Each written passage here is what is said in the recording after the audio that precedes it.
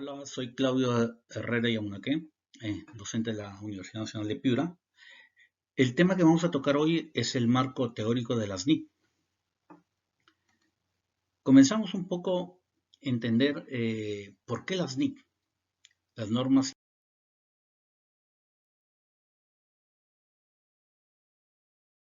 internacionales de contabilidad, y por qué las NIF, no, las normas internacionales de información financiera.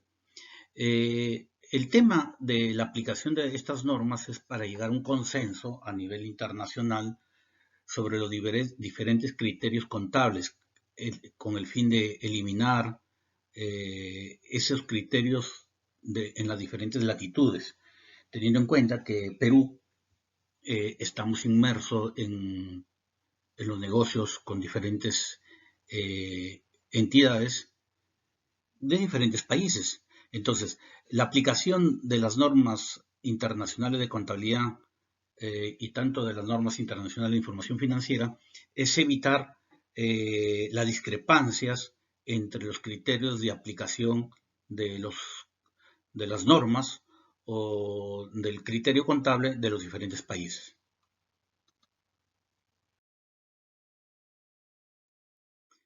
Ante un hecho económico existe diferentes criterios, ¿no? El criterio valorativo y el criterio informativo.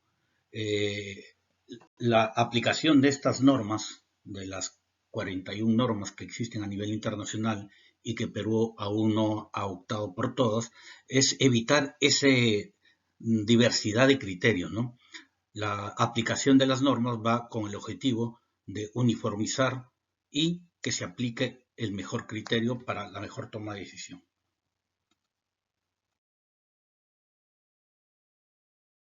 En Perú existen organismos que regula el tema contable.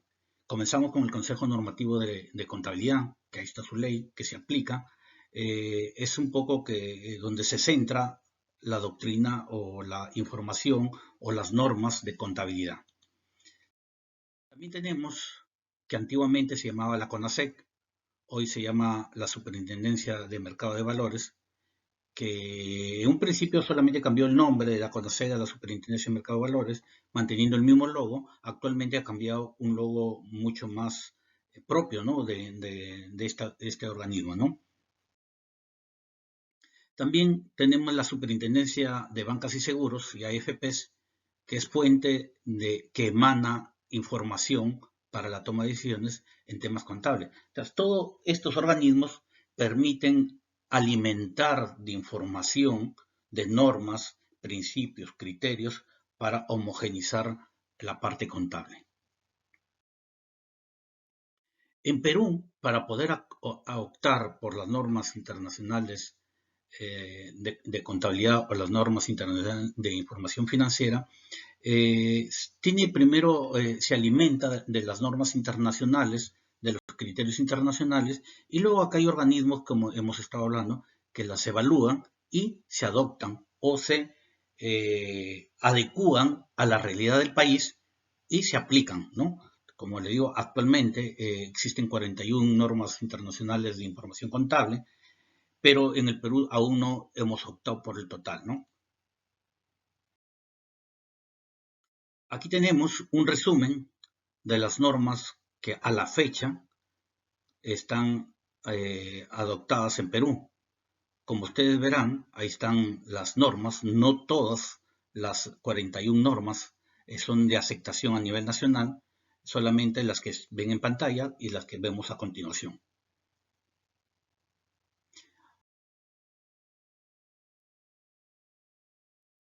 De las 41 normas existen un promedio de 25 normas que actualmente en Perú se están aplicando.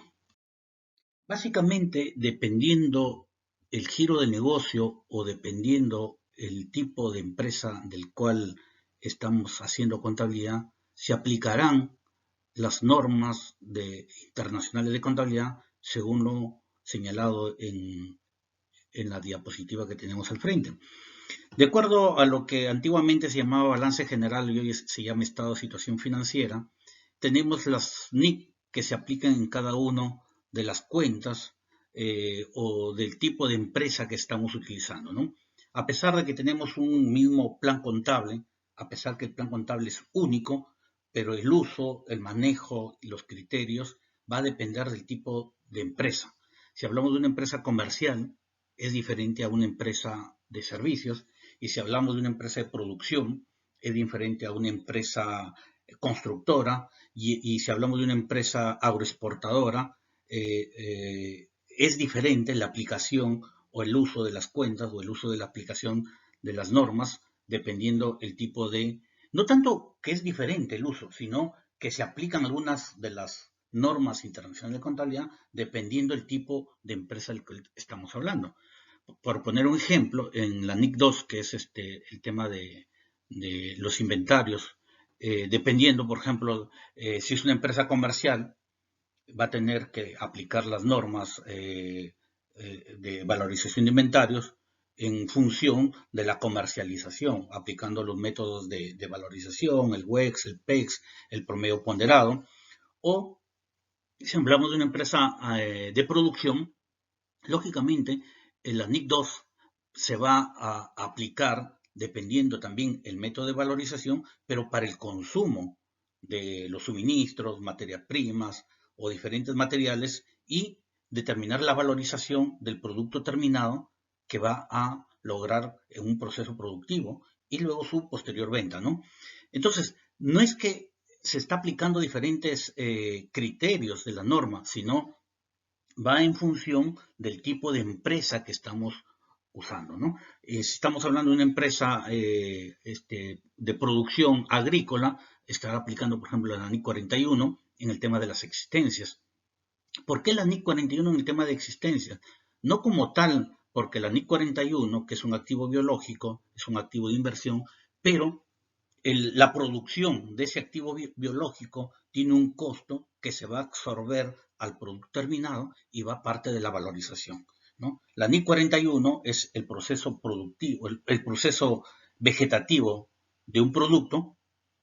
Luego viene la cosecha y la producción y se aplica la NIC 2. Entonces tenemos la NIC 41 por el tema del proceso productivo y la NIC 2 en el proceso de cosecha, post cosecha y el costo de lo mismo, ¿no? Entonces, la aplicación de las normas internacionales de contabilidad va con ese criterio a depender básicamente al tipo de empresa del que estamos tratando, ¿no?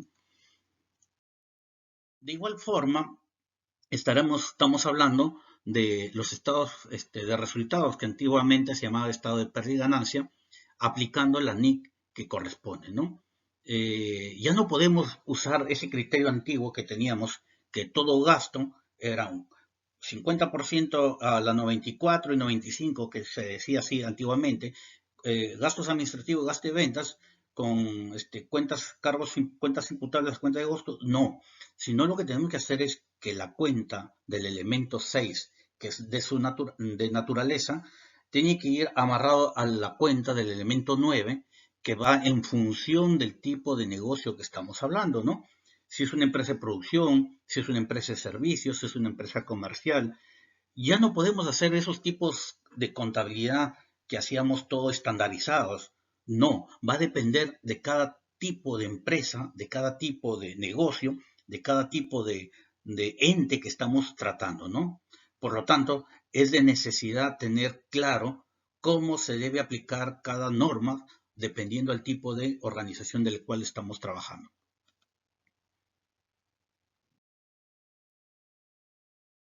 Entonces, hablar de las normas internacionales de contabilidad y las normas internacionales de información financiera es importante para poder reflejar la realidad económica de las empresas de las cuales estamos trabajando, ¿no? La aplicación ya es ineludible. Debemos, los contadores, ya optar por una aplicación bastante razonable y coherente dependiendo del tipo de empresa. Por algo estamos partiendo de este marco teórico donde están las pautas fundamentales o básicas de cómo se debe aplicar las normas internacionales de contabilidad. Independientemente, pues tal como los estamos hablando de las normas, es de presentar una imagen fiel, una imagen real, una imagen del cual estamos tratando a este tipo de empresa, ¿no? No podemos pensar que en una empresa agrícola estemos solamente utilizando las cuentas de mercadería, por ejemplo, o una empresa constructora solamente aplicar las compras de los materiales para la producción como mercadería. No puede ser.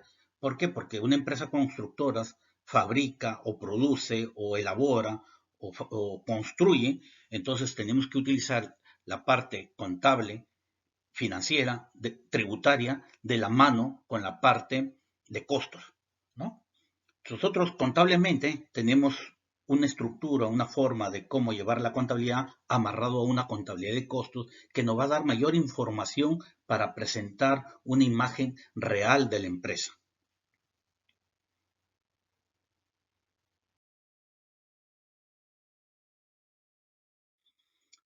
El marco teórico de las normas de contabilidad son las bases fundamentales o son los principios o normas. No hablamos de los principios contables, ¿no? De los principios básicos de cómo llevar o hipótesis de cómo llevar una contabilidad correctamente, ¿no? Cómo se debe presentar, cómo se debe aplicar, cómo se debe usar los diferentes criterios contables para lograr una mejor información para la toma de decisiones, lógicamente, en una organización. Ya no podemos llevar esa contabilidad antigua que solamente era para efectos normativos, pero no, ahora la contabilidad es un elemento de información, nos permite tomar decisiones, nos permite recopilar información y alimentar a la gerencia para una toma de decisión oportuna. ¿Cuál es el propósito de las normas de contabilidad, no? Ayudar a preparar los estados financieros y aplicar las normas y tratar tópicos que todavía no son materia de una norma, ¿no? Ayudar a los auditores a tomar una opinión favorable de la empresa, ¿no? Entonces, ese es uno de los objetivos, el propósito de estas normas de información contable, ¿no? También ayudar a los usuarios a interpretar la información contenida en los estados financieros, ¿no? De aquí vamos a ver cómo se deben presentar los estados financieros básicos y fundamentales, ¿no? Que son los requisitos necesarios para una mejor toma de decisión, para el tema de una organización, ¿no? ¿Cómo se aplica el marco teórico, ¿no? El marco conceptual es el cimiento, como les contaba, de muchas normas, ¿no? Es la base, es donde descansa, es la madre de las normas para llevar a aplicar los criterios contables para un mejor resultado. Mejor resultado, o sea, recibo información, proceso información, genero información. Yo recibo información de los diferentes usuarios, el contador, el administrador, la gerencia, procesa la información, genera información oportuna para la toma de decisiones. Porque si yo la información no lo genero en el momento que se requiere, en el momento que se precisa, de nada me sirve la información. Por lo tanto, tengo que tener un proceso sistemático, un proceso bastante bien organizado en la parte contable para poder recibir la información, sistematizarlo, ordenarlo, clasificarlo y generar información.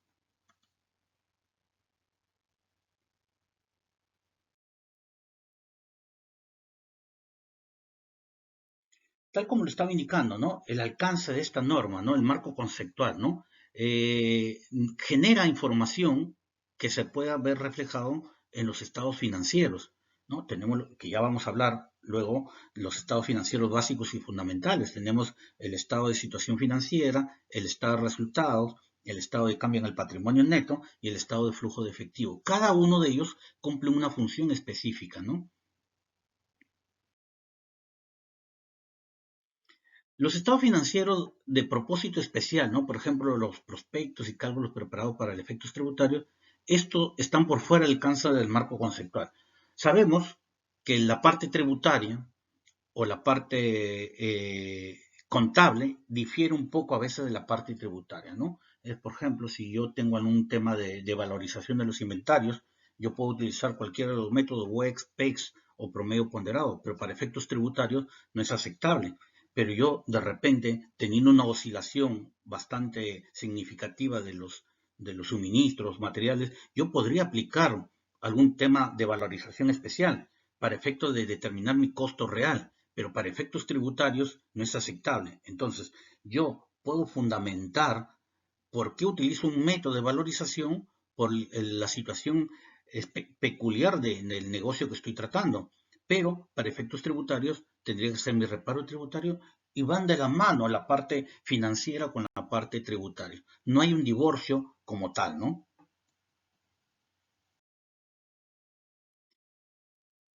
Una buena información del manejo contable, del manejo de la diferente información, voy a poder brindar diferente información para todos los usuarios de una organización.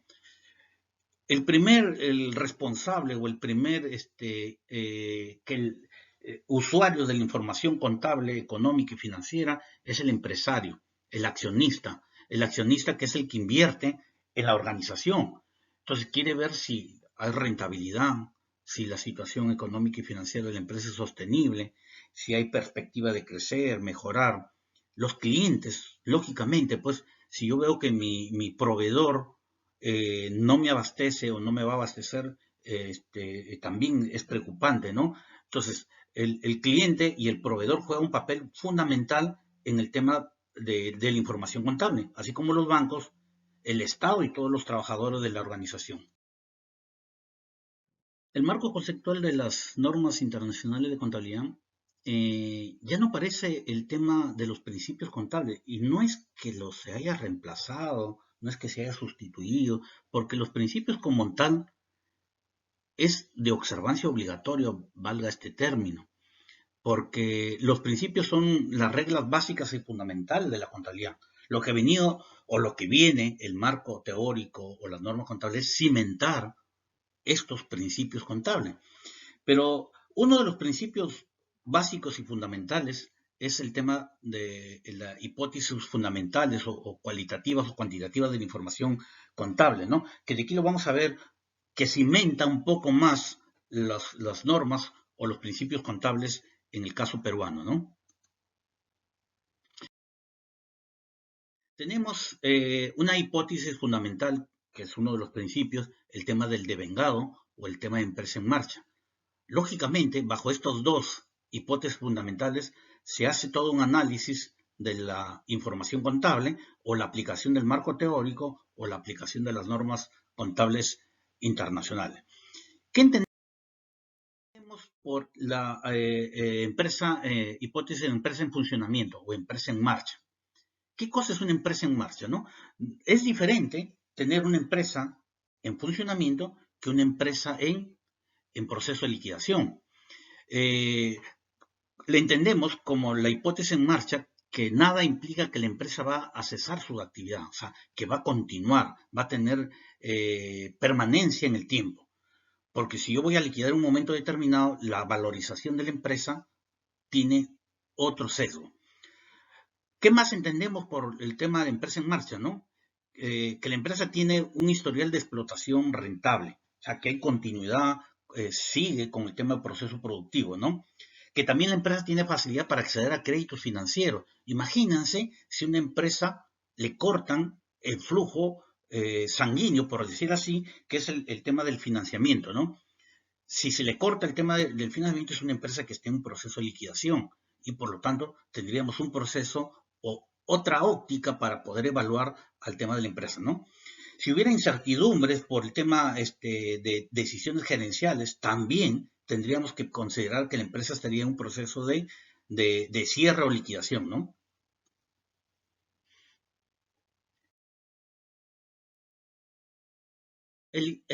La hipótesis del devengado. ¿Qué entendemos por el devengado? El devengado se contabiliza o se registra los gastos incurridos en el momento que se genera independientemente de la fecha del pago. Ese es un principio fundamental para el tema de la aplicación de todo el proceso contable, ¿no? Si tenemos un gasto que se incurre un mes 1 y lo pagamos y nos emiten el comprobante en el mes 2, y lo pagamos en el mes 3, se contabiliza en el mes 1, independientemente de la fecha del pago, ¿no? En el momento que ocurra, en el momento que se genera, en el momento que va a afectar mi resultado, ¿no? Ese es el tema del devengado. Es igual como que si yo tomo una póliza de seguro por un año, erróneamente sería aplicar esa póliza de seguro en un periodo, en un mes determinado. Tendría que prorratearlo en los meses consecutivos siguientes a la cobertura del seguro. Por eso que es importante y fundamental el tema del devengado, así como el tema de la empresa en marcha. Si observamos los estados financieros fundamentales, cada uno tiene un propósito, un fin. El balance, que antiguamente se llamaba, que hoy se llama estado de situación financiera, va a reflejar como su nombre lo indica, por eso que se cambia el nombre de balance a situación financiera. Balance sonaba de equilibrio, pero estado de situación financiera muestra la situación financiera al momento de la formulación de este estado, de todo el historial de la empresa a una fecha que se presenta, ¿no? El estado de resultados es un estado que refleja el desempeño que tiene una empresa a una fecha o en un periodo determinado, ¿no? Corta un periodo de inicio y tiene un periodo de conclusión. Termina ese periodo, gana o pierde y se refleja en el estado de situación financiera. Por eso que el estado de resultado, uno de los objetivos es mostrar el desempeño de la organización en un periodo determinado. El estado de cambio en el patrimonio neto, que ya lo vamos a ver un poco el análisis, por qué es el patrimonio neto, no es el patrimonio total de la organización, sino es el patrimonio neto, entendiendo que el patrimonio neto es el activo menos el pasivo, la diferencia es el patrimonio neto. Es el cambio de la posición financiera en los periodos que va perdurando la organización. Entonces, estoy viendo si he ganado, no tanto he ganado, sino si mi patrimonio neto se ve incrementado o se ve afecto a las decisiones que se han tomado en el corto, en el largo y a mediano plazo, ¿no?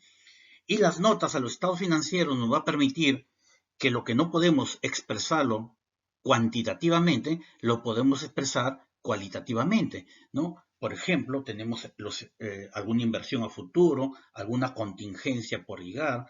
El tema de la pandemia, imagínense que hasta ahora aún no se ha podido reflejar a través de los estados financieros que conocemos actualmente, ¿no? ¿Y quién es el responsable de esta presentación de estos estados financieros? La gerencia. Dentro de la organización, la gerencia es la cabeza pensante, la cabeza es la cabeza fundamental de una organización, pero tiene todo un equipo, tiene una estructura que permite reflejar la situación económica y financiera. Entonces, se va presentando la información hacia arriba y la gerencia es la que toma la decisión y hacia abajo, ¿no? Y hace que la organización pueda caminar en el lapso del tiempo, ¿no? ¿Cuáles son otros de los tantos objetivos de la situación financiera, ¿no? de los estados financieros, ¿no? Eh, sobre el tema de los recursos que una entidad controla, ¿no? Es útil para predecir las habilidades de la entidad para generar efectivo y equivalente en efectivo en el tiempo. O sea, si una empresa no tiene la habilidad o no tiene la perspectiva de generar efectivo equivalente efectivo, es señal de que está camino al fracaso, camino a fenecer, a morir o a perderse o quebrar en el futuro, ¿no? ¿Qué otro objetivo tiene la estructura de los estados financieros? Es útil para predecir las necesidades futuras de endeudamiento y la capacidad para obtener dicha financiación, así como la forma de utilidades y flujos de efectivos serán distribuidos a aquellos en una entidad. ¿Cuál es el propósito fundamental? En los estados financieros yo tengo la capacidad de poder analizar si es que tengo la capacidad de endeudarme o qué error podría cometer de buscar un financiamiento a corto plazo para invertir a largo plazo, porque a largo plazo no me va a generar los recursos necesarios para cubrir mis necesidades a corto plazo. Entonces, la estructura financiera o los estados financieros, tengo esa capacidad de hacer ese análisis para la toma de decisiones. Lógicamente, la liquidez y la solvencia. Una empresa sin liquidez y sin solvencia va camino al fracaso, ¿no? Y también la capacidad de adaptarse a los entornos cambiantes, mucho más en estos momentos de crisis, en estos momentos complicados que estamos viviendo, tenemos que tener la capacidad de poder adecuarse a los entornos turbulentos que estamos actualmente, ¿no? Por ejemplo, existen organizaciones o existen empresas de hidrobiológicos que forman toda una estructura orgánica, una estructura productiva para un producto X. Por ejemplo, voy a producir merluza y toda mi organización, toda mi planta productiva lo enfoco a la producción de merluza. Viene una veda, viene una sobreexplotación de la merluza y que no tengo la capacidad de adaptarme a otro producto, esa empresa va camino a fracasar. Tenemos el ejemplo, ¿no?, de las grandes empresas rentables que han existido a lo largo de la historia. Olivetti, por ejemplo, la que producía la máquina de escribir, era una empresa rentable, una empresa muy atractiva, pero no tuvo la capacidad de adaptarse a las nuevas tecnologías, que es la computadora, por lo tanto, camino al fracaso, ¿no? Entonces, los estados financieros nos va a permitir tomar decisiones, generar información para ver si estoy en capacidad de poder adaptarme a esos cambios turbulentos que tengo, ¿no?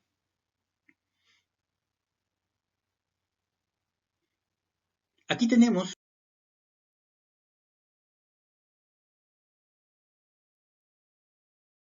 un cuadro resumen de las características cualitativas de la información financiera, ¿no? Hay que ver el tema de el mejor uso de la información, ¿no?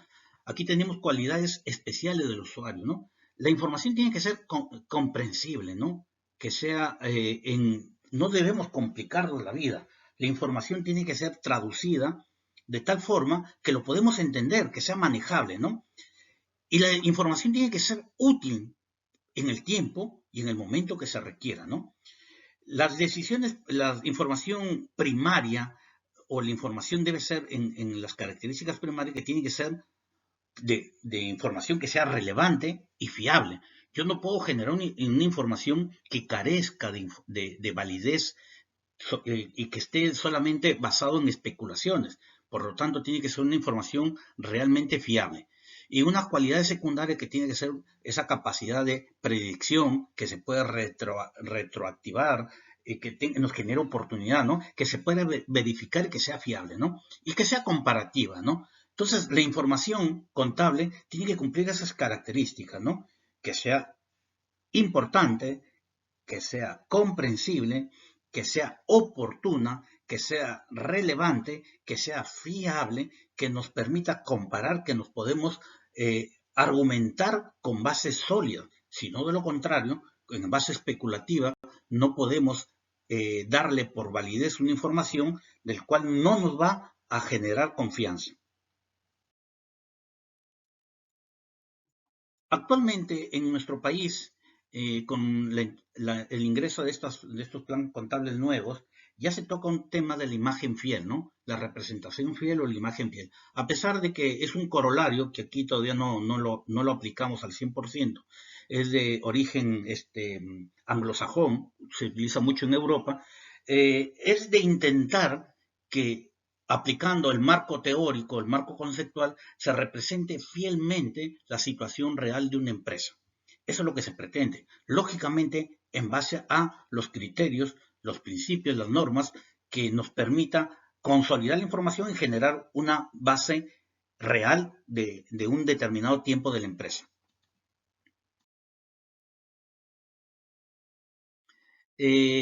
¿Cuáles son los conceptos básicos de la información? ¿No? Sabemos que en la estructura del estado de situación financiera tenemos que el activo, el pasivo, el patrimonio neto, va a reflejar la situación financiera, y los ingresos y gastos, lógicamente, nos va a medir la rentabilidad. Si hemos ganado o hemos perdido en el tiempo, ¿no? Es clave y fundamental determinar en lograr diferenciar lo que es costo o lo que es gasto o lo que es pérdida. Entonces, eso debemos identificarlo y tenerlo claro. Si no logramos tener claros estos conceptos, podemos cometer errores, ¿no?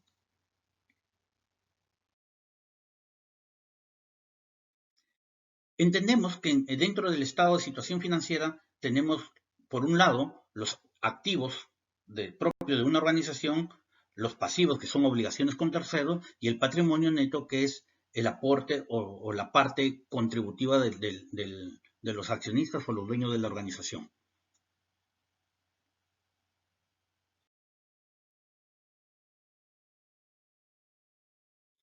El activo, como lo ven aquí, tenemos la parte corriente y la parte no corriente.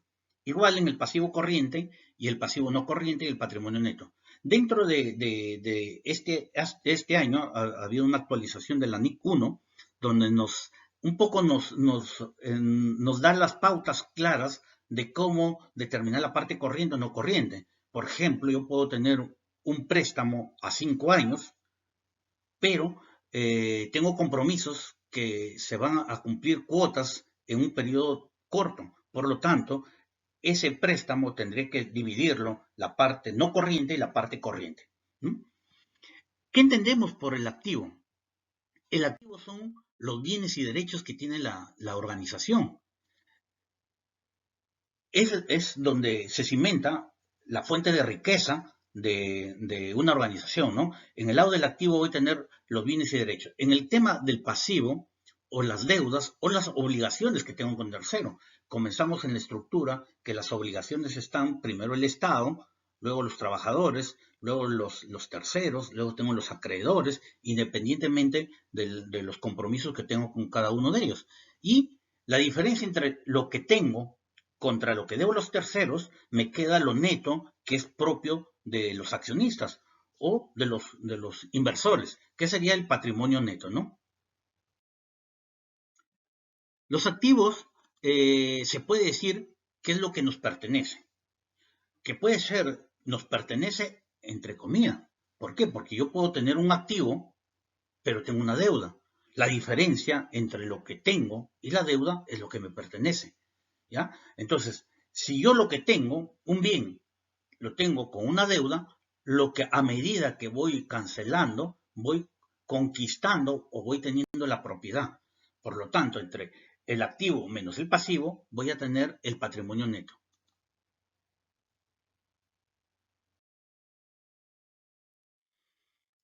Tenemos los ingresos y los gastos. A toda organización, todo ingreso va a estar amarrado a un costo o a una fuente que genera dichos ingresos.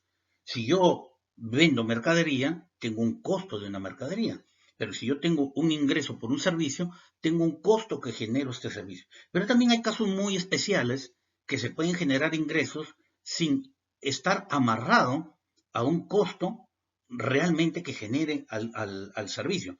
En este tema de la pandemia, por ejemplo, hemos tenido subvenciones, hemos tenido alguna restitución de derechos arancelarios, como el tema del drawback. Tengo un ingreso, pero no está amarrado a un costo que se genera. Para efectos tributarios, sí se debe pensar, porque en la fuente que generó el ingreso no está amarrado relativamente entre ingreso y costo, ¿no? De acuerdo a lo que estamos hablando, podemos hablar que existe un equilibrio entre lo que el activo menos es igual a lo que yo debo a terceros y lo que debo a los socios, entendiendo que los socios son diferentes a la organización, que es uno de los principios también básicos, que es el principio del ente, ¿no? Lo que le pertenece a los socios es totalmente diferente a lo que está en la organización, ¿no? Si seguimos analizando el estado de situación financiera, el origen de los recursos lo podemos ver que está en el pasivo y en el patrimonio neto. Una organización se nutre de recursos desde el pasivo, que son fuente de financiamiento de terceros, con la fuente de financiamiento propios. La fuente de financiamiento de recursos, sean propios o terceros, se va a invertir en la organización, ¿no? Y tenemos los activos circulantes y los activos fijos. Si nosotros podemos ordenar bajo las normas peruanas o el plan contable peruano, tenemos que el más líquido, hablando del activo, se encuentra en la parte de arriba y el menos líquido en la parte de abajo. En otros países se presenta al inverso, que lo más líquido o lo menos líquido está arriba y lo más líquido abajo. Igual en el lado del pasivo del patrimonio comienza con los propios a los terceros. Pero es cuestión de presentación, pero en el fondo siguen siendo la misma forma de presentar un estado financiero. Entonces, si vemos en el plan de los elementos del plan contable, en el lado del activo tenemos el elemento 1, 2 y 3, que tenemos el disponible, el realizable y el activo fijo. Y en el lado del pasivo tenemos el elemento 4, que son las obligaciones con terceros, y el elemento 5, que es las deudas o las obligaciones o los fondos provenientes de los accionistas, que son los fondos propios, ¿no? Por lo tanto, tenemos el origen de fondos y la aplicación de los fondos, ¿no? Que son los recursos que tenemos en el activo en el activo, que son los bienes y derechos de una empresa. Por lo tanto, aquí seguimos analizando el estado de situación financiera. Aquí tenemos una perspectiva financiera del lado del pasivo y patrimonio neto y tenemos una perspectiva económica, ¿no? En los activos tenemos el control económico y generalmente los activos nos va a permitir generar rendimientos futuros o productos de hechos pasados, ¿no? Tenemos inversiones, activos de hechos pasados o vamos a generar rentabilidad futuro, ¿no? En el tema del pasivo, tenemos las obligaciones que son exigibles, obligaciones que tenemos con terceros, ¿no? En cambio, en el patrimonio neto son aportes que están permanentes un poco más en el tiempo. Dependiendo si el pasivo lo tengo comprometido en mayor porcentaje con los terceros, el control o descontrol de una organización está en juego, porque si mis pasivos es mayor porcentaje que el patrimonio neto, puede que tenga problemas de decisiones en la organización, porque el pasivo con terceros puedo tener compromisos muy a corto plazo y me va a comprometer mi generación de efectivo y equivalente de efectivo en el lapso del tiempo.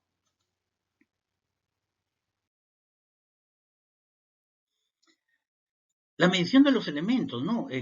Todo en contabilidad hasta la fecha, a pesar que la ciencia contable es una ciencia en construcción, todo se tiene que transformar en sumas monetarias, en otro de los principios fundamentales que tenemos, la valorización al costo.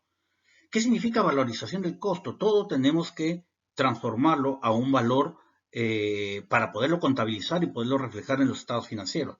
Y de ello vamos a hablar las diferentes formas de valorización. Tenemos la medición de los activos.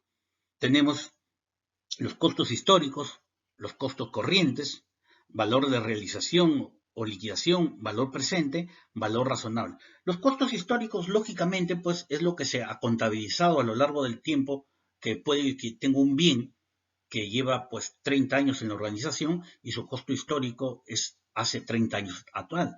Y los costos corrientes es el valor, puede ser el valor actual, el valor que tenemos. Y el valor de realización es el valor de liquidación, que en un momento yo puedo pretender liquidar o vender ese producto o ese bien o ese activo que tengo y tiene otro valor. Y el valor presente es el valor de mercado, ¿no? Y el valor razonable es que yo pretendo, creo obtener un valor razonable para la contabilización. Si ustedes se dan cuenta, existen diferentes tipos de criterios. Yo puedo tener un activo fijo, por ejemplo, una estación de servicio que puede llevar 20 años en una organización y que tiene un valor de 100.000 soles, porque hace 30 años me costó 100.000 soles. Pero con el fin de reflejar una imagen fiel de la organización, hago una nueva valorización del activo. Mejoro el activo fijo y mejoro mi patrimonio neto. Por lo tanto, estoy dando una mejor posición financiera a la empresa. Y así sucesivamente, pues una revalorización o una nueva valorización nos puede permitir reflejar un dato real de la empresa. Entonces, independientemente del tipo de organización que estamos trabajando, el criterio o el uso del tema de la valorización no es igual en una empresa comercial que una empresa de producción, ¿no? En una empresa comercial el manejo es mucho más sencillo. Yo compro pan y vendo pan. Compro un bien A y lo vendo el bien sin transformarlo. Pero entonces mi presentación, mi manejo, mi uso de la contabilidad de costos es mucho más práctico y mucho más sencillo, ¿no? Estaríamos hablando del manejo del elemento 2, del cual me va a reflejar mi inventario, la entrada, y mi inventario inicial, más las compras, más el inventario final, y luego tengo mi costo de venta. Independientemente de los métodos de valorización de inventarios. Pero si estamos hablando de una empresa de producción, tenemos otros criterios. En el elemento 2 del balance o del estado de situación financiera, vamos a tener una nueva presentación. Voy a tener materia prima, voy a tener suministros, voy a tener productos semi-elaborados, voy a tener desechos, descartes y producto terminado. Es incoherente tener una presentación de una empresa de producción que solamente se maneje con la cuenta 20, por decir mercadería. No puede ser, porque una empresa de producción tiene ese proceso productivo, tiene la materia prima, los suministros, el proceso productivo, desechos, producto terminado. De igual forma, tenemos en el tema de la presentación del estado de resultados, porque en el estado de resultados tenemos también el producto vendido que tiene un costo de producción que es independientemente a los costos de administración o de venta. Cometeríamos un error de que, por ejemplo, el personal de producción que esté en planilla de una cuenta del elemento 6, que es costo mano de obra, esté con un destino a un gasto administrativo. Si es una empresa que está produciendo, el costo de producción va amarrado al costo de producción. Por lo tanto, ese costo de la mano de obra se debe ver reflejado en el costo de la mercadería vendida, ¿no? Por algo vamos a tener el estado de costo de producción. Es importante el tema del estado de resultados bajo estos dos enfoques, ¿no? El de naturaleza y el de función. En la naturaleza, que tiene una presentación totalmente diferente al estado de resultados por función, que lo vamos a clasificar de acuerdo al manejo del elemento 9, que ahí va de la mano con la contabilidad de costos. Bueno, el marco teórico queda muy corto, el tiempo es apremiante y espero haber contribuido con parte del marco teórico que queda mucho por leer e investigar. Muchas gracias.